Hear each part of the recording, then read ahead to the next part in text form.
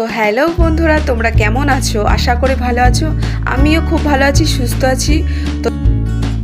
তো দেখো, অনেক দিনের এক বোন আমাকে অনেক আগে বুক করেছিল।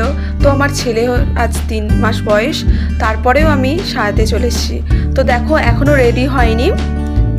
আমি আর আমার বোন এসেছি সাজাতে। দেখো, এখনও রেডি হতে পারিনি। তো আমাকে দিদি জিজ্ঞাসা করছিল যে আমি গ্রিন পরবো না রেড কালার পরবো। আমি বলছিলাম বিয়েতে তো একটু তুমি ডিপ কালারই পরো।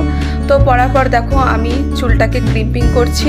ক্রিম্পিং করার পর দেখো আমি হেয়ার স্টাইলের দিকে চলে এসেছি।